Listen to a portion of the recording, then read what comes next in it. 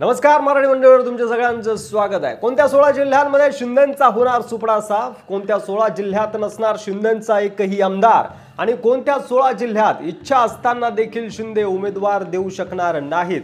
महाराष्ट्रातील कोणते जिल्हे राहणार आहेत शिंदे मुक्त, चला तर जाणून घेऊया। नंदुरबार जिल्ह्यातील 4 विधानसभा मतदारसंघात 2 भाजपचे आणि 2 काँग्रेसचे आमदार आहेत, त्यामुळे शिंदेंना नंदुरबारमध्ये भोपळा मिळणार आहे।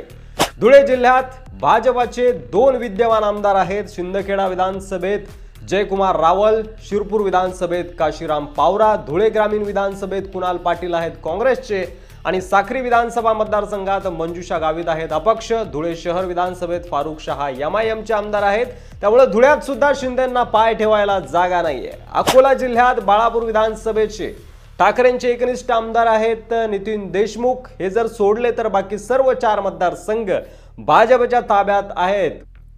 वाशिम जिल्ह्यात सुद्धा ही स्थिती आहे। रिसोड जर सोडलं तर वाशिम आणि कारंजा भाजपच्या ताब्यात आहे, त्यामुळे इथे सुद्धा शिंदेंना संधी नाहीये। त्यानंतर अमरावती एकेकाळी म्हणजे आनंदराव अडसूळ यांच्या काळात बऱ्यापैकी सेनेच्या ताब्यात होता हा जिल्हा, पण आता 8 पैकी एकही विधानसभा ना शिंदेंच्या शिवसेनेच्या ताब्यात आहे ना ठाकरेंच्या शिवसेनेच्या। काँग्रेस, भाजप आणि प्रहार यांचं या जिल्ह्यात वर्चस्व आहे। वर्ध्यात 3 भाजपचे तर 1 काँग्रेसचा आमदार आहे। शिंदेंना इथेही भोपळा मिळतोय। गोंदियामध्ये सुद्धा शिंदेंना संधी नाही।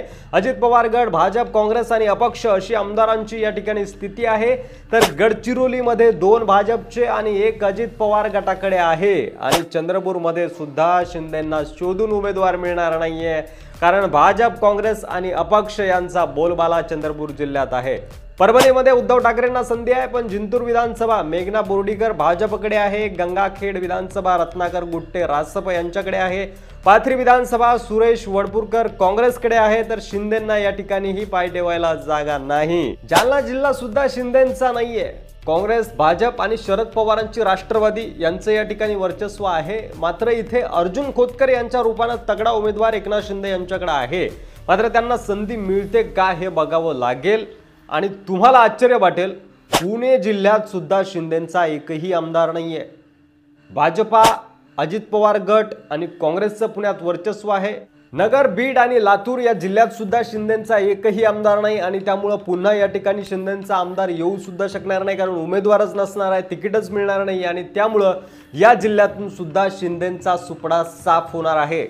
तर हे होते 16 जिल्हे ज्या जिल्ह्यांमध्ये शिंदेंना उमेदवार देता येणार नाहीये, परिणामी त्यांचे आमदार या जिल्ह्यात नसणार आहे आणि परिणामी हे 16 जिल्हे शिंदे मुक्त असणार आहेत। तुम्हाला काय वाटतंय यावर तुमचं मत कमेंट बॉक्समध्ये लिहायला विसरू नका आणि असेच आगळे वेगळे माहितीपूर्ण व्हिडिओ जर तुम्हाला बघायचे असतील, आणखी एक लंबी सिरीज आपण अशीच घेऊन येतोय माहितीपूर्ण व्हिडिओची, तर मराठी मंडळीवर नवीन असाल तर सबस्क्राईब करा आणि मित्रांनो व्हिडिओ जास्तीत जास्त शेअर करा राव। पुन्हा भेटू पुढच्या व्हिडिओमध्ये, तोपर्यंत रजा घेतो। धन्यवाद। जय महाराष्ट्र।